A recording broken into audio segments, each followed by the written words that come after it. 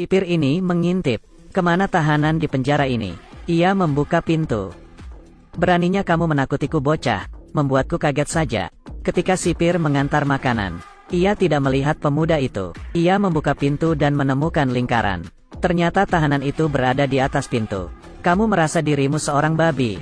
Jika si sipir berkata apapun, maka akan ada kekerasan. Tapi si pemuda tersenyum. Berlatih di sel, langkah kiri kanan, mengambil langkah tanpa sepatu. Keesokan harinya si sipir masih tidak melihat tahanan. Tapi ia sudah biasa bermain petak umpen dengan dia. Kali ini lebih besar. Ia tidak melihat ada bayangan. Saat itu, ada sepasang kaki di belakangnya. Si sipir bahkan tak sadar. Si dia memiliki teknik menghilang. Sayangnya matahari membuat bayangan dirinya terlihat. Sipir itu berbalik. Bukankah kamu bisa bersembunyi? Bahkan bayanganmu hilang. Dia tersenyum. Menggambar mata ketiga di telapak tangan. Mulai berlatih berjalan. Akhirnya ia bisa melakukannya. Hari ini si sipir mengantar makanan lagi. Melihat tidak ada orang di sel, ia pun murka. Kamu tidak lelah bermain. Kamu akan muncul di belakang diriku. Tiba-tiba, si sipir terlambat bereaksi. Dipukul keluar oleh dia. Bahkan ia berani melawan polisi. Ketakutan, sipir menutup pintu sel. Alasan dia di penjara. Aku harus mulai dari masa lalu. Dia pada saat itu, setiap hari menganggur, mengendarai mobil dan menempel selebaran. Hari ini ditaruh dan besoknya dicek. Selama selebaran itu masih ada, berarti di rumah itu tidak ada orang. Ia pun mengambil kawat kecil, mengutak-atik, pintu terbuka. Tapi dia bukan mencuri, tapi datang untuk beberapa hari. Ia menggunakan sikat gigi si pemilik rumah, memakai baju, memakan makanan, dan kemudian berfoto. Tapi dia memiliki tujuan, membetulkan barang di rumah. Baju juga dicuci. Ia hidup bahagia, melihat selebaran tidak hilang. Ia membobol pintu dan masuk. Rumah ini sangat besar, merasa seperti di rumah sendiri. Mencuci baju dan makan, bermain bola dan mandi. Ketika ia tertidur, astaga, menakuti dia. Ia pun membawa tasnya. Tapi melihat muka si wanita tadi, dia sangat sakit hati. Ia selalu dipukuli ayahnya. Jadi ia memutuskan kembali. Melihat si wanita menangis di bak mandi, dia memutar musik, membawakan wanita itu baju. Wanita itu merasa baikan. Mereka berdua bermain bola di ruang tamu. Suaminya kembali, melihat istrinya tidak menutup pintu. Ia menamparnya. Semua ini dilihat dia. Ia pun bermain golf di taman. Si suami yang mendengar suara, menelepon polisi. Tapi dia tidak memberikannya kesempatan. Berlutut. Kemudian bola lain, membuat si Sian berlutut kesakitan. Tapi ini hanya rasa sakit. Si wanita mengikuti dia. Mereka berdua menempel selebaran bersama. Masuk ke rumah orang. Dia memasak untuknya. Ia membantu mencuci baju. Sebelum pergi, mereka berfoto. Si wanita beradaptasi dengan cepat. Pergi ke rumah seorang petinju. Ia mengambil foto dia. Malam harinya saat mereka tertidur, pemilik rumah itu kembali. Melihat ranjangnya ditiduri orang asing. Ia mengambil sarung tinju. Untungnya tidak ada barang yang hilang. Mereka kesulitan. Keesokan harinya mereka menemukan satu rumah.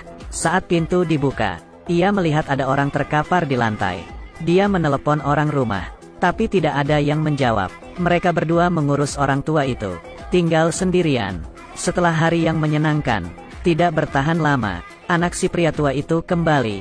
Melihat rumahnya ada orang asing, membawa mereka ke polisi. Polisi menemukan mayat si orang tua yang dikubur. Setelah diselidiki, orang tua itu meninggal karena kanker paru-paru. Dan rumah yang telah dimasuki dia sebelumnya, tidak ada juga yang melaporkan. Dia seharusnya tidak usah dipenjara. Dia seharusnya tidak usah dipenjara. Tapi si Sian membenci dia, dan memanggil polisi, membuat mereka tertarik. Dia dilempar ke jalanan oleh polisi. Dan si Sian menaruh bola golf, memukulnya, mengenai perut dia. Satu bola lagi.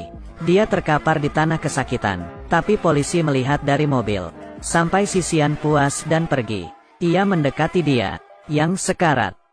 Kemudian, dia mendorong polisi. Temannya langsung membantu. Karena polisi, dia dijebloskan penjara. Tapi ini bukan perbuatan orang yang jantan. Oleh karena itu di penjara, dia juga tidak tinggal diam. Ia belajar golf. Satu ketika temannya mengambil bola dia, Ia bertengkar dengan sesama, membuatnya ia dikirim ke sel terpisah. Menenangkan diri, dia mulai memikirkan tembus pandang.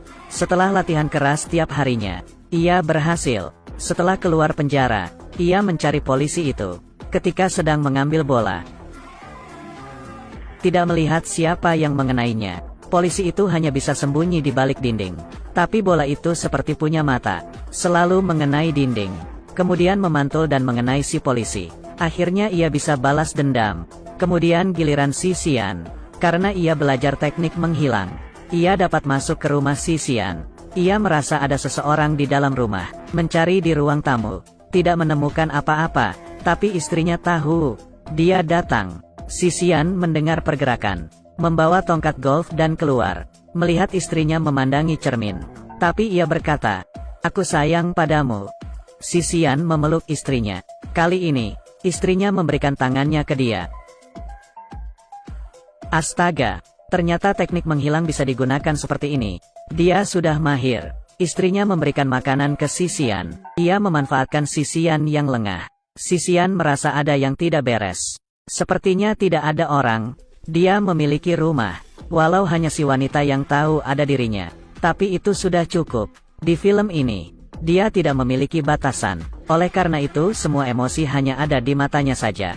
Ia berkeliling ruangan, merasakan kehidupan orang lain. Beberapa rumah kosong, seperti jiwanya.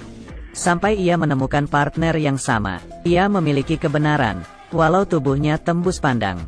Tapi cinta membuatnya tetap di sana.